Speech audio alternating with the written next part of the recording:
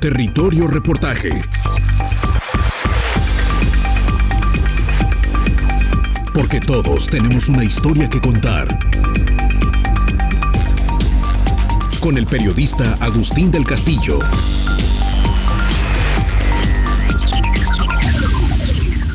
Cuando Miguel de Ibarra asumió como el primer gobernante de la tambaleante y sitiada ciudad de Guadalajara en 1542, ya era el cuarto sitio de su fundación desde 1531. El emperador Carlos de Habsburgo le había otorgado escudo de armas y títulos desde años atrás. El Valle de Atemajac era uno de los rincones más alejados de un planeta que por primera vez se globalizaba. Escasos 64 vecinos y sus familias de la parte española, al lado de la asombrosa alteridad aborigen. Mexicalcingo, Analco, Mezquitán y Tonalá, indios pacíficos que contrastaban con los aguerridos defensores de sus territorios que habían hecho sufrir a los fundadores a mando de Cristóbal de Oñate, emisarios de ese conquistador de alma oscura que ha ilustrado bien el lado temible de una conquista llena de grises, como todas las empresas humanas. Nuño Beltrán de Guzmán. La naturaleza, con un bosque espinoso y llanuras, con ríos cantarinos, con bestias, fieras y alimañas, aún reinaba en el descampado. De un puñado de cientos, ahora habitan aquí 5.4 millones de personas. La ciudad pasó del corazón del Valle de Atemajac a topar la planicie, a traspasar sus cuencas y a invadir los llanos vecinos de Toluquilla y de Tezistán. Cultura, entendida como la obra del hombre, aplastó a Natura, que se refugió en los accidentes geográficos que han contenido la expansión de modo cada vez más precario. La primavera, el Cerro Viejo y la portentosa Barranca del Río Grande o Santiago.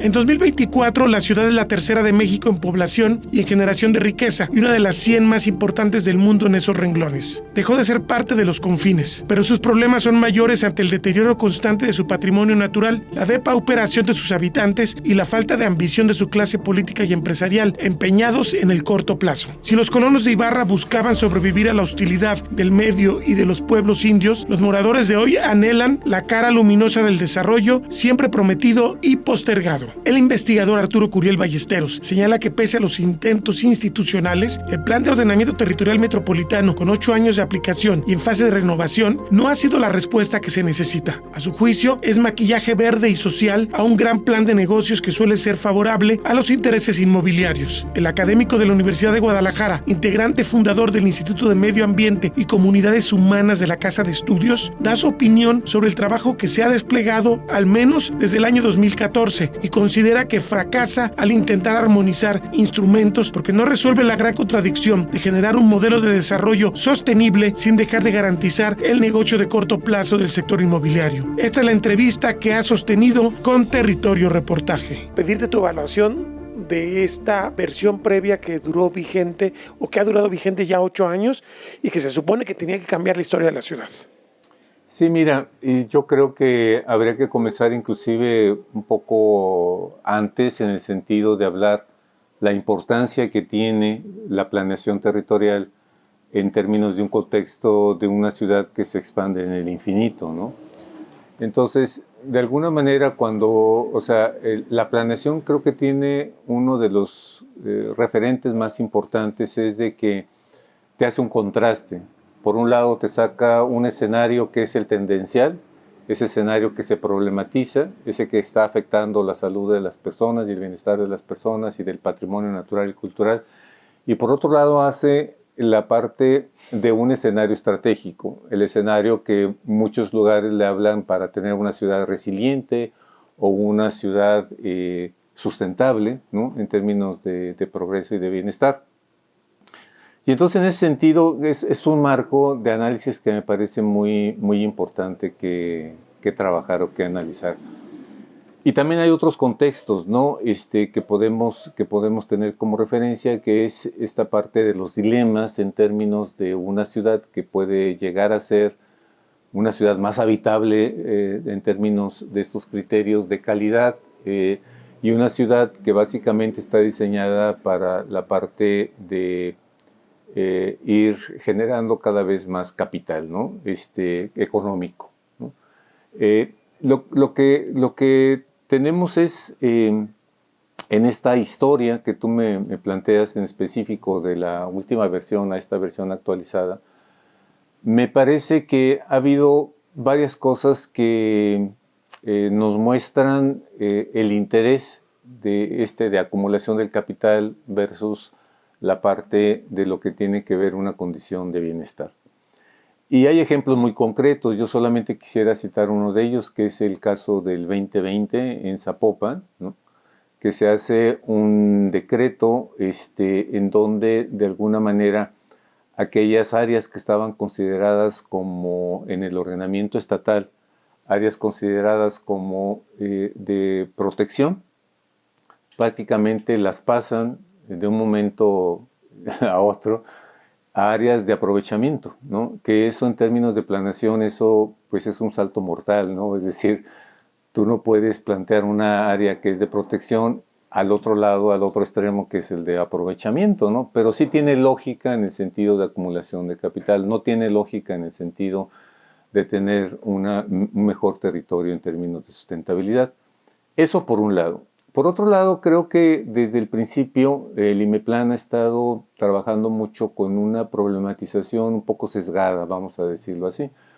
De alguna manera está muy claro que se prioriza la parte de un desarrollo económico más que el equilibrio con las condiciones sociales o las condiciones ambientales, ¿no? Y eso está muy claro, insisto, desde la parte a la hora que se problematiza, ¿no? Básicamente, cuando hay que hacer una problematización o cuando se hace una problematización en términos ambientales o en términos sociales, pues más bien se retoman cosas muy generales que no profundizan la realidad que está teniendo en términos tendenciales la ciudad.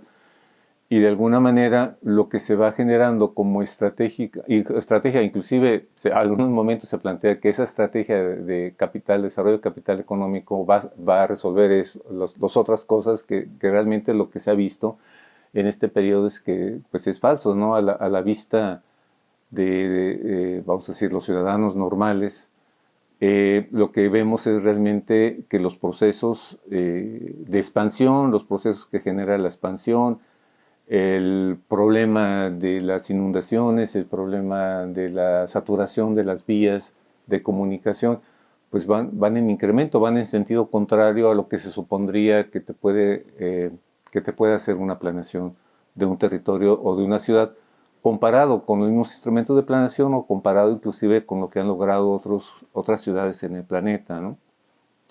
Entonces, bueno, creo que en resumen podríamos decir que en estos últimos, en este periodo del que estaba vigente al actual, me parece que han ido transformando un poco, han ido acomodando la política a que sea una política más en la lógica de un plan de inversión, un plan económico, más que un plan que garantice condiciones de bienestar para la gente, ¿no? O condiciones que de alguna manera aseguren o incrementen, que es lo que se esperaría, un capital natural, ¿no? O una infraestructura natural, o como ellos mismos dicen, plantear soluciones naturales.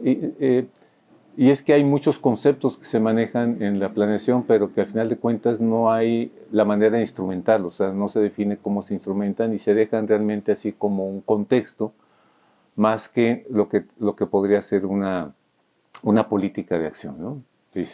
Porque tú mencionas instrumentos que son anteriores incluso al PODMET, el caso del ordenamiento ecológico, lo cual indicaría que no tejió sobre vacío. O sea, ya había un historial donde había al menos un esfuerzo intencional de generar una ciudad más sostenible, pero parece que decide, en vez de alinear, decide ignorar ese esfuerzo previo. Sí, o de alguna manera sí mencionar cosas, sí mencionar algunos referentes que han tomado otras ciudades para tener, insisto, una ciudad resiliente, una ciudad sustentable, pero no los instrumenta, o sea, lo que instrumenta es pues un plan de negocios, vamos a decirlo así, ¿no? De manera categórica, ¿no? Eso sí se ve que ha ido evolucionando, ¿no? Esa lógica, esa racionalidad. Y lo otro va quedando como contexto, es decir, no se le da la misma importancia que lo económico, y eso de principio, cuando se habla dentro de la racionalidad de la sustentabilidad de una ciudad, pues es una vamos a decir, es algo que no se logra equilibrar, ¿no? En la parte de estas planeaciones que hemos visto, o el trabajo que que ha sido del propio INMEPLAN, ¿no? Que yo recuerdo a muchos nos dio mucho gusto que hubiera una instancia que iba a regular, por ejemplo, la expansión urbana, que ya hemos visto y se ha documentado que es algo que genera un deterioro muy importante en términos de calidad de vida. Pero lo que hemos visto es de que no ha sido así, ¿no? O sea, de cuando se inició mi plan hasta la fecha, pues hemos visto que cada vez más municipios son integrados a la parte de la mancha urbana, se matizan cifras, ¿no? Por ejemplo, ahora esta cifra de que ahora solamente el 7.5 o el 8% del territorio va a ser urbanizable, cuando no se dice que eso equivale a una superficie mayor que el municipio de Guadalajara, A miles de hectáreas, ¿sí? Sí, o sea, es decir, estás hablando de una superficie mayor, casi el doble de lo que viene a ser el municipio de Guadalajara, ¿no? Entonces, esta parte de cambiarle las unidades a los indicadores también es algo que pues, lo que va clarificando es una intención, ¿no? Una intención de llevar en el imaginario a la ciudad de Guadalajara a una ciudad global, pero solamente analizando el tema de las inversiones, el tema de acumulación de capital y sin importar mucho el despojo de que se está teniendo en áreas de protección, en áreas que se llaman de conservación, inclusive algunas áreas que se delimitan como conservación o protección VAS y a estas alturas pues ya las ves urbanizadas, ¿no? Entonces, creo que ha sido un poco en términos generales este balance de esta historia que sigue trabajándose, inclusive hay una serie de acciones que se toman un poco para tratar de dar una imagen en la coherencia, pero cuando ves la cartografía, ves las tendencias, ves la vida cotidiana de los que vivimos en la ciudad, pues te das cuenta de que no está teniendo un impacto como el que se esperaba, ¿no? Sí, porque uno pensaría que por lo menos debiste haber empezado por evitar que las zonas de riesgo o las zonas de alto valor ambiental no se urbanizaran, pero siempre sale el pretexto de que había derechos adquiridos. Entonces uno se pregunta, ¿de qué sirve planear si ellos se adelantaron ya en su modelo de negocios y van a condicionar por muchos años el desarrollo de la ciudad?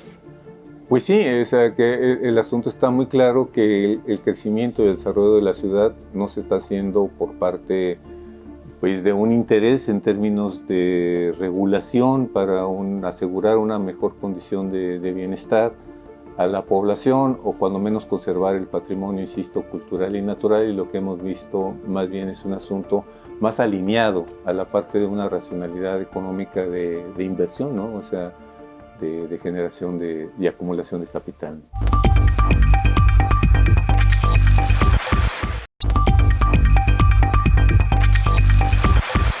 El principal problema que detectó el POTMET en 2016 fue la expansión de la ciudad. 8 años después, no ha cambiado la tendencia, advierte Curiel Ballesteros. Lo que a mí me asombra es que se siga expandiendo la ciudad cuando tenemos 250,000 casas solas. Sí, bueno, es un fenómeno que también hemos visto, ¿no?, acrecentarse en este periodo de este siglo, vamos a decir, en general. Creo que dentro de la historia de nuestra gran ciudad, pues de alguna manera no se había visto esto. Ahora, hay una cosa muy importante cuando hablamos de la problematización en la que se basa la planeación. O sea, por ejemplo, eso es parte de una problematización clara. Lo mismo es parte de una problematización clara de que cada vez la ciudad y los habitantes se están exponiendo más a condiciones de calor. Cada vez es más claro que 1 de cada 3 habitantes que hay en Guadalajara muere de manera prematura. Y tú te preguntas, la planeación, esa parte de esos problemas, ¿cómo está integrado en la planeación urbana? Y no están, ¿no? O sea, es decir, no están ni asumidos como problemas, ¿no? Entonces, y de alguna manera, los problemas que tú ves reflejados son los problemas que ya estaban identificados a mediados del siglo pasado, y lo peor de todo, planteando soluciones que se han planteado desde el siglo pasado y que se ha visto que no resuelven las tendencias de deterioro, ¿no? Entonces, eso me parece que es un punto medular en la planeación, ¿no? La planeación es medular cuando partes de reconocer cuáles son esos problemas que tú tienes que abordar para mitigarlos, para buscar solucionarlos y para estarlos monitoreando, ¿no? Inclusive. pero realmente lo que se ha visto es que eso, insisto, queda como un poco como un contexto muy genérico, muy planteado en términos de algunas inversiones, algún tipo de infraestructura, insisto, o políticas, que insisto, ya se han visto, si estuvieran evaluando, se estaría viendo que no están teniendo el impacto, no digamos para revertir, o sea, para detener los problemas, ¿no? Que sería parte de una primera acción en la planeación, ¿no? Reconocer que hay problemas, que la gente está muriendo por esos problemas, que la gente está perdiendo salud por esos problemas, y que de alguna manera buscar de que eso se detenga y luego se revierta a una condición de bienestar, pero ni siquiera se han detenido, ¿no? esos procesos, ¿no? Hoy en día. Porque digo, una de las críticas que yo he escuchado más en esta ronda de entrevistas que hemos hecho sobre el IMEPLAN y sobre el POTMED es que muchos problemas están enunciados, tal vez estén diagnosticados relativamente bien, pero las soluciones no ofrecen nada. Dicen, hay que trabajar sobre esto, hay que explorar sobre esto, hay que plantear nuevas soluciones, pero uno dice, 8 años después sigues planteándolo así. Sí, o sea, inclusive hay un problema ahí de conceptos, porque en los apartados de acciones, pues no son acciones, ¿no? O sea, cuando, vamos a decir, tienen más una lógica de criterio que más una lógica de acción, ¿no? Y entonces, mientras que en la otra parte, ¿no? De la parte o sea, de esta inversión y acrecentamiento de capital económico, eso está bien definido, ¿no? Hay bancos de suelo y hay zonificación en esta racionalidad y este tipo de cosas. Y tú te preguntas, bueno, ¿y dónde está esa misma lógica, por ejemplo, para todos estos problemas que ya he comentado, ¿no? Tantos derivados de la expansión urbana como derivados de los cambios globales, ¿no? Entre ellos, pues lógicamente el cambio climático es el que cada vez más se multiplica, ¿no? En nuestra ciudad, los efectos. Y entonces, y no solamente eso, sino que seguimos viendo zonas que se inundan, seguimos viendo zonas que se queman de patrimonio y tampoco están las acciones, ¿no? Que realmente pueden detener y revertir ese tipo de cosas, ¿no? Entonces sí, es parte de lo que se puede observar en cómo se ha desarrollado esta planeación. Me parece que en términos de lo que es los problemas, la generación de escenarios estratégicos y la definición de acciones con la misma importancia para el sector económico, la misma importancia que debería de dársele al sector social y al sector ambiental, me parece que no se cumple, vamos, en lo que hemos estado viendo, no solamente en los documentos de los planes, sino en la cotidianidad, ¿no? Porque uno pensaría, a ver, un planteamiento de desarrollo económico bien hecho no puede ignorar lo ambiental y lo social. No, inclusive puede ser parte de esa misma racionalidad, pero apoyado en la parte de una mejoría en esa condición de la parte ambiental, por ejemplo, o social. Y lo vimos claramente en estas últimas administraciones, ¿no? De que de repente cuando se veía que el municipio de Guadalajara se estaba quedando vacío, ¿no? De repente había una angustia, ¿no? De repente había una angustia y en lugar de pues aprovechar esa parte de ese fenómeno de gentrificación, donde de alguna manera tú pudieras estar implementando, por ejemplo, más áreas verdes, más parques de gran tamaño, y lógicamente tener parques de gran tamaño, pues sabes que aumenta la plusvalía de lo alrededor, ¿no? Entonces, bueno, es una manera, tú aumentas las áreas verdes, aprovechando de que la gente se está desplazando, generas una condición de una ventaja competitiva porque vas a tener una mejor calidad de vida, vas a tener una mejor condición y una mejor plusvalía para lo que crece alrededor. Pero en lugar de esto, pues hace una angustia de decir, no, pues ahora qué vamos a ofrecer o qué vamos a hacer para regresar la gente a Guadalajara, aunque sabes que la gente que fue expulsada por la gentrificación no va a regresar, o sea, es otro público, ¿no? Y lo sabes muy bien. Entonces, esa parte de tratar, inclusive tienes patrimonios naturales que puede atraer una condición de un turismo, de una condición de visitación mundial, ¿no? pues patrimonio único, y en lugar de eso lo invades, ¿no? Es decir, lo declaras muchas veces inexistente, ¿no? Y de alguna manera vas quitándole esas condiciones de posibilidad de desarrollo económico, pero no basado en la parte de la construcción, ¿no? Horizontal, vertical y próximamente subterránea a lo mejor, ¿no? Pero parece que ese es el plan, ¿no? O sea, ese es el plan de ir generando más espacios e ir alineando todo para que independientemente de lo que se pierda, sea la salud de las personas o sea la parte del patrimonio natural, pues al final de cuentas tú tengas esta intención de tener una ciudad en la cual tú puedes invertir y puedes tener unas ganancias pues muy, muy altas. Inclusive a mí me llamó mucho la atención algunos términos en la planificación, porque habla, por ejemplo, que las actividades primarias pues no son rentables económicamente, ¿no? O sea, en esos términos. Entonces, ¿qué es lo que dices? Lo rentable es sellar los suelos, lo rentable es aumentar las construcciones, aunque se colapsen las vías de acceso, aunque se aumente la contaminación, aunque se aumente el calor en la ciudad, eso no importa, ¿no?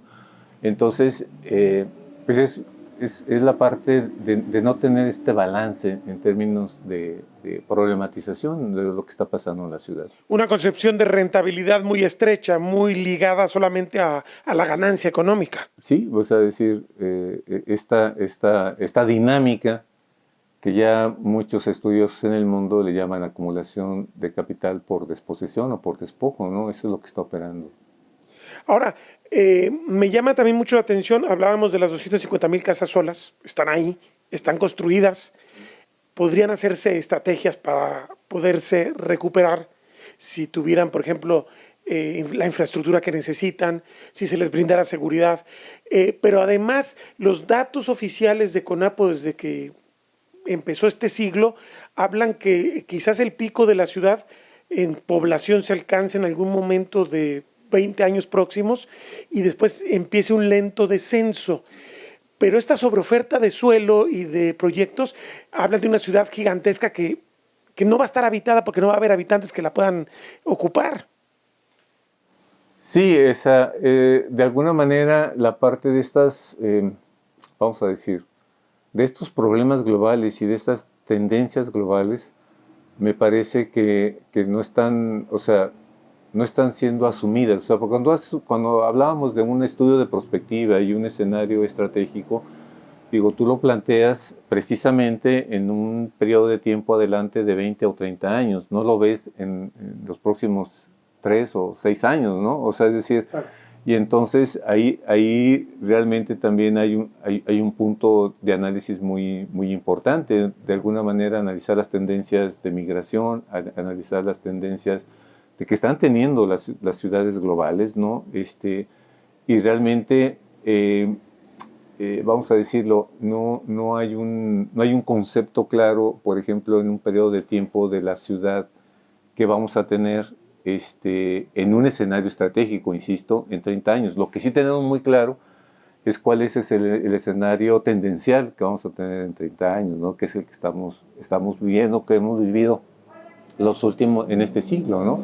Entonces, de alguna forma, sí me parece o sea, la parte del asunto de inmigración, la parte de generar capitales y de atraer de alguna manera inversiones, pero en un escenario que tenemos, en un escenario de, por ejemplo, de problemas en donde está la violencia, están los accidentes vehiculares, está toda una serie de cosas que la gente se está desplazando o está muriendo no por enfermedad, sino por otras cosas externas a la enfermedad. O sea, la gente está está afectándose en términos de salud por el contexto que se está generando y que se está desarrollando, ¿no? Entonces, bueno, sí, me parece que en términos de estar creando ciudades, inclusive proyectos de una sola compañía en donde está planteando crear más de 100,000 habitaciones, ¿no? O sea, y eso tú dices, bueno, ¿y eso cómo va a mejorar las condiciones sociales o cómo va a mejorar las condiciones ambientales? Lo único que ves es cómo las va a empeorar, eso sí está claro, pero no cómo las va a mejorar, ¿no? Claro. Tú has sido muy insistente respecto a la necesidad de indicadores. Si bien el IMEPLAN publicó antes de esta versión del POTMED nueva un balance de lo que había sido la vigencia de la primera versión del POTMED, donde reconocía que de 15 indicadores principales, solamente 2 habían sido relativamente exitosos. La mayoría habían tenido cumplimientos parciales. Como que todavía cuesta trabajo decir, a ver, venimos de una ciudad en 2016 que tenía estos parámetros medibles y ahora estamos en esto. O sea, todavía no tenemos muy claro cómo realmente evolucionó la ciudad en estos 8 años. Sí, parte de ese problema es que mientras no tengas un escenario estratégico balanceado, no vas a tener valores objetivos y no vas a poder evaluar si la tendencia que estás teniendo o que estás viendo va hacia ese escenario estratégico o va alejándose de ese escenario estratégico. Me parece que ese es parte de este mismo problema de la planeación, ¿no? O sea, es decir, tú defines problemas, defines metas a alcanzar, defines valores objetivos y luego ya analizas el comportamiento de todos esos factores, ¿no?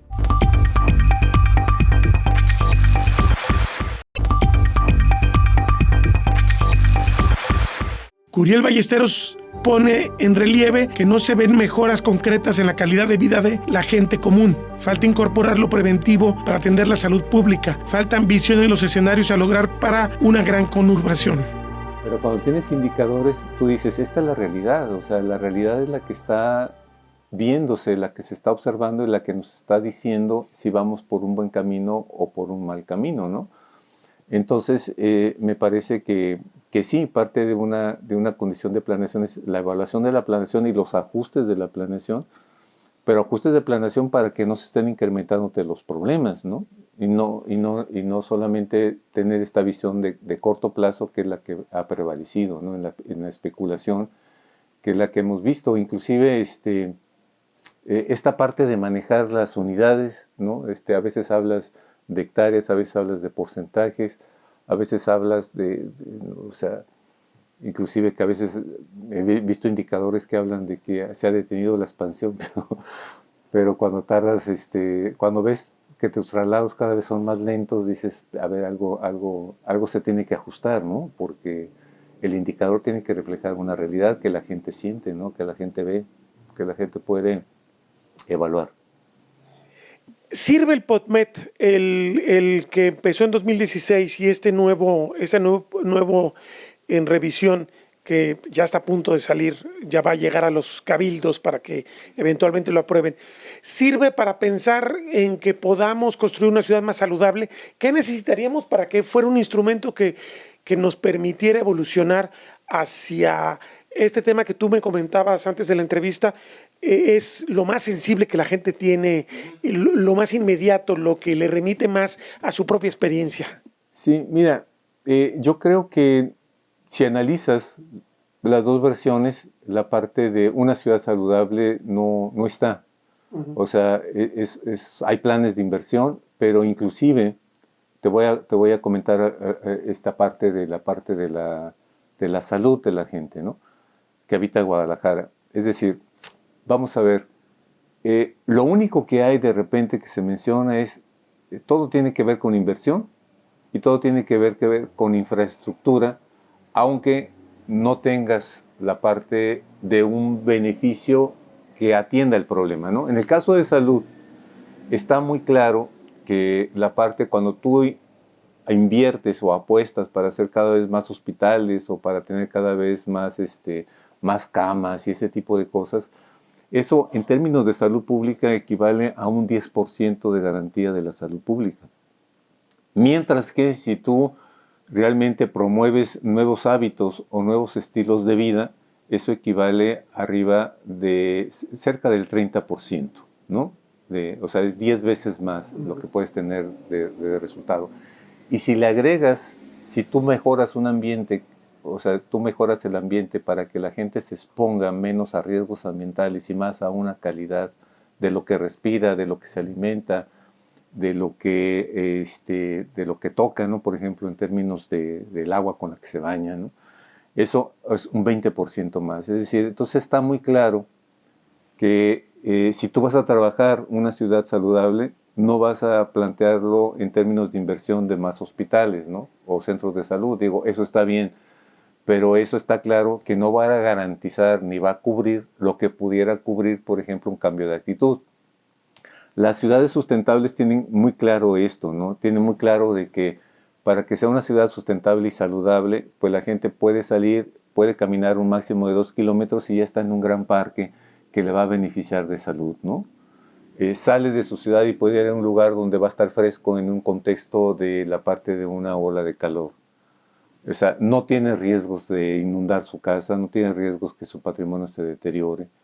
Y entonces, bueno, ese tipo de acciones no se ven. O sea, es decir, está muy claro que hay 6 causas principales de muerte prematura en la ciudad y que prácticamente el 80% de ellas tiene que ver con la parte del deterioro ambiental y realmente no tienes una condición de una política que vaya a mejorar esas condiciones. Al revés, ¿no? O sea, lo que estás viendo, lo que estás sintiendo es una gente cada vez más estresada a la hora de sus traslados, ¿no?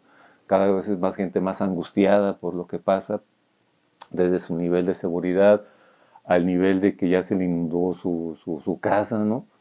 Entonces, es decir, en términos de salud física, en términos de salud mental, en términos de salud social, la ciudad debería de brindar nuevas oportunidades, ¿sí? En términos de espacio, en términos de garantía de lo que puede tener a un acceso cada persona en la ciudad, y eso no existe. Inclusive, tan no existe que ver los mapas, ¿no? Y realmente, pues, no ves tú ahí claramente cuál es esa infraestructura que es necesario establecer para que la gente tenga una mejor calidad del aire, se exponga menos a los desastres naturales, ¿no? Entre comillas, porque son desastres provocados en realidad, en términos de exposición. Entonces, esa parte no la ves. Entonces, pues, lo que se le apuesta, por ejemplo, en esta planeación es a una inversión que sabes que solamente va a mejorar en un 10% las condiciones de salud, y estás desperdiciando, no solamente desperdiciando, estás quitando la posibilidad muchas veces de poder tener las otras dos partes, de la parte de una mejora o de promoción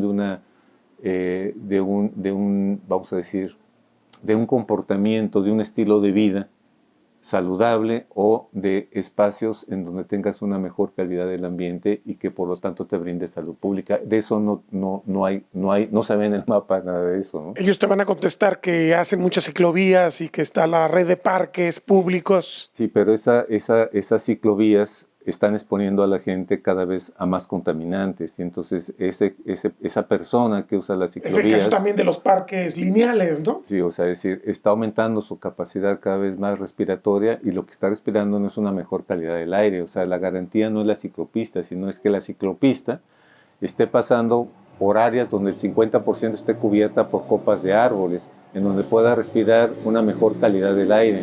Eso no se está garantizando, ¿no?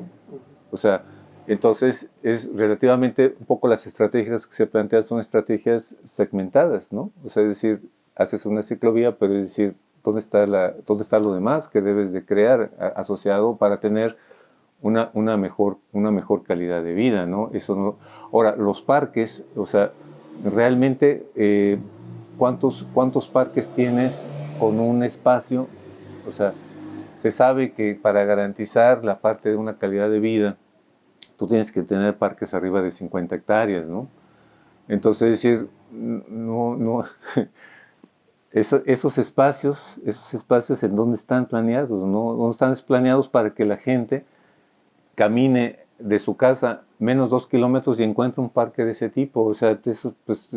No, pues creo que la ciudad nomás tiene, si yo no me equivoco, tendrá 3 parques con más de 50 hectáreas nada más. Ahora, si nos vamos también a la calidad de esos parques tendrían que tener una biodiversidad importante, ¿no? Una biodiversidad importante en términos de flora y de fauna, ¿no? Uh-huh. Entonces, porque hay algunos parques que lo único que ves es una sola especie, ¿no? Ahí acomodada y sin ninguna cosa debajo de ellas. Entonces, es decir, una cosa es la ubicación de los parques, de esta infraestructura verde, ¿no? Y la otra parte, la calidad de la parte de los parques, porque los parques tienen que estar saludables para que puedan dar salud, ¿no? Entonces, es decir, ¿dónde están esos proyectos, ¿no? Para garantizar a la gente que puede acceder a ellos, ¿no? Entonces, una gente que quiere acceder a ellos se tiene que meter al estrés del tráfico para poder llegar a ellos. Y luego, más o menos te alivianas, te relajas, y luego otra vez regresas con todo este transecto en donde de alguna manera te vas a volver a condiciones de estrés y realmente la parte del beneficio se diluye, ¿no? Además, uno extrañaría la ambición dentro de la ciudad consolidada, sobre todo, se podría pensar que no hay remedio, pero se puede pensar que no hay remedio porque no nos venden la posibilidad de que sí la haya. O sea, para enfrentar al mismo tiempo este tema que tú hablas de la salud, del estrés, de la necesidad de espacios verdes, las olas de calor, con el tema de las inundaciones, pues la solución, uno pensaría, idónea es recuperar muchas cuencas, y sin embargo ni siquiera se plantea eso. No, te digo, vamos en sentido contrario, porque con este tipo de planeaciones vas a sellar más cantidad de suelo, va a escurrir más aguas abajo, y no puedes pensar en que vas a tener la solución de las inundaciones de esa manera, ¿no? O sea, es decir, tú tendrías que estar generando precisamente, si vas a hablar de infraestructura verde, esa infraestructura verde se llama suelos descubiertos, no sellados, dentro de la ciudad. ¿Y dónde están los planes de eso, no? ¿Dónde están los planes para no sellar más superficie, o lo que está sellado, volverlo a tener con una capacidad de absorción, ¿no? En términos, los suelos en los parques, evaluados en los parques, tienen mayor capacidad de absorber cualquier tipo de eventos, cualquier tipo de lluvia, ¿no? En términos de intensidad de lluvia, ¿no? Pero ahora lo que vemos es que está muy claro que cuando tú tienes lluvias ya a partir de 15 milímetros, ¿sí? 15 milímetros por hora, ya se te inundó la ciudad, ¿no? Y cuando tienes 30 milímetros por hora, ya la gente empezó a perder su patrimonio, ¿no? Y ha habido muchos muertos esta temporada, por ejemplo, más de 12. Claro, y también ha habido muertos por horas de calor, pero eso no se está cuantificando, ¿no? O sea, extrañamente somos una ciudad en donde no muere la gente por horas de calor en términos de cifras oficiales, pero lo cierto es que sí están muriendo, ¿no? O sea, es decir, con las evaluaciones que tú haces en términos de cuánta gente muere por horas de calor en Guadalajara, está muy claro del incremento de exceso de muertes, ¿no? Y ustedes, yo recuerdo, lo han mapeado incluso, dónde se presentan las horas de calor, dónde están las inundaciones, y uno tendría que decir, pues este es el indicativo de qué debes hacer. Donde hay olas de calor tienes que tomar decisiones para que ahí el impacto sea menor. Donde hay inundaciones, pues podrías tú pensar que ahí hay que hacer una restauración del entorno natural para evitar la inundación. Sí, hay muchos espacios en donde investigación en esta ciudad o relacionados con esta ciudad, que ese conocimiento puede ser utilizado, pero es decir, ese conocimiento que se ha generado ya prácticamente por 30 años, ¿no? Hablando de lo que se ha hecho a través de todo este conocimiento en salud ambiental, o sea, si tú ves la bibliografía de estos planes, no está citado ninguno de ellos, ¿no?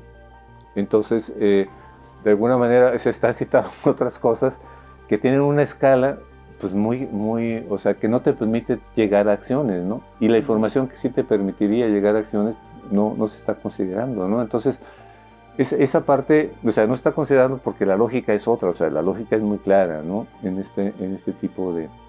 La lógica es un lavado verde de un proyecto económico. ¿Un qué? Lavado verde. ¿Qué significa eso? Pues darle un barniz de que sí estamos preocupados por el tema ambiental y claro, salud, o sea, ¿no? es decir, hay un formato donde dice tienes que hablar de esto, ¿no? Pero exacto, la información que pones es una información que no es la mejor información para tomar decisiones, ni tampoco es la mejor información, que es lo más lamentable, para problematizar tu realidad.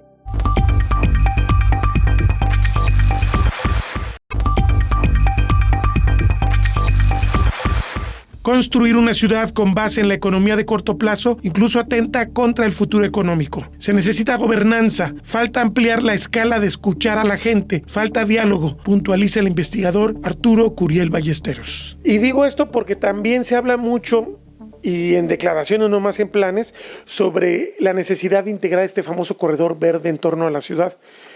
pero yo tampoco veo que haya pasado algo en 8 años para garantizar este corredor verde. Sí, bueno, cuando hablas de corredor, hablas de algo que no va a estar fragmentado.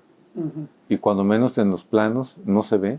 O sea, no se ve dónde se está construyendo eso, ¿no? ¿Dónde están ni siquiera parte de los acuerdos sobre eso, ¿no? No solamente corredores verdes, muchas ciudades tienen corredores azules, ¿no? También, ¿no? O sea, ¿dónde está dónde está eso concebido dentro del plan? Pues no, o sea, no se observa, no se ve, no se ve ni en las acciones, ni se ve en la cartografía, no se ve en ningún lado, ¿no? Entonces, esa parte me parece que también no se considera o no se ha considerado lo que han logrado no solamente las instancias de investigación local, sino ciudades de otras partes, de otras latitudes, que sí lo han logrado. Habría que preguntarse por qué ellos sí lo han logrado, porque han logrado mantener una planeación de una manera muy estricta, cómo es que han logrado meter esos corredores verdes y azules, cómo han logrado incrementar la biodiversidad de espacios dentro de la ciudad, la disminución de la exposición de efectos dañinos a la población, cómo han hecho de que carros salgan de circulación, o sea, en términos de política. Digo, el ejemplo de Tokio, por ejemplo, es muy claro, ¿no? Es una de las ciudades más grandes donde el problema de los números de autos en las vías era excesivo, y no solamente han logrado detenerlo, han logrado revertirlo. ¿Por qué no se interesan en tratar de analizar cómo lo hicieron y por qué no se interesan en implementar ese tipo de cosas en la parte, cuando menos en algunos sectores de la ciudad, para probar que puede ser una buena acción? O sea, eso no importa, lo que importa es el banco del suelo, lo que importa es de que solamente 7.5% se va a urbanizar.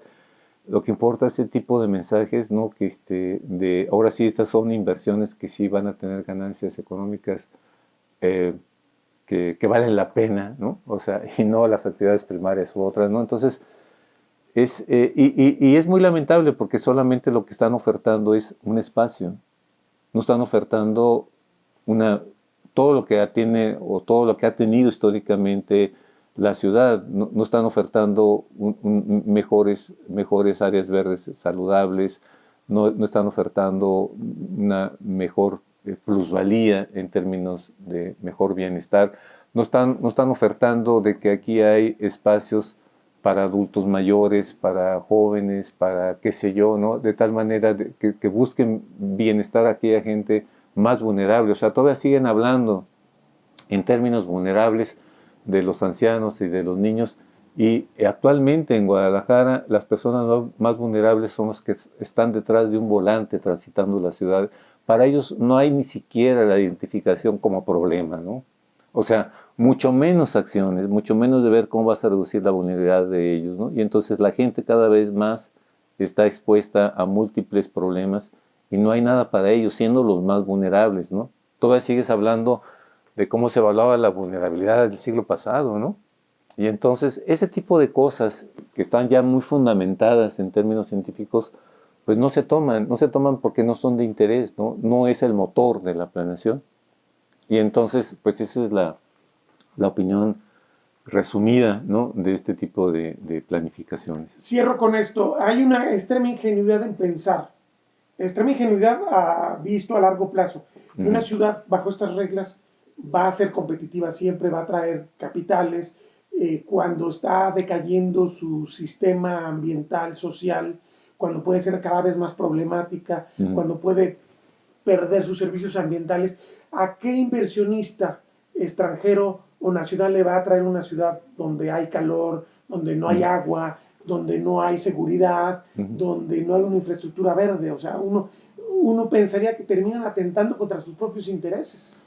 Pues sí, pero en términos de globalización está un imaginario de que se está creando una ciudad global, pero en términos de largo plazo y en los contextos globales, pues coincido contigo, es decir, es una ciudad que está perdiendo, que va a perder la parte de competitividad, pero insisto, cuando tienes un horizonte de interés de 3 o 6 años, eso casi no importa, ¿no?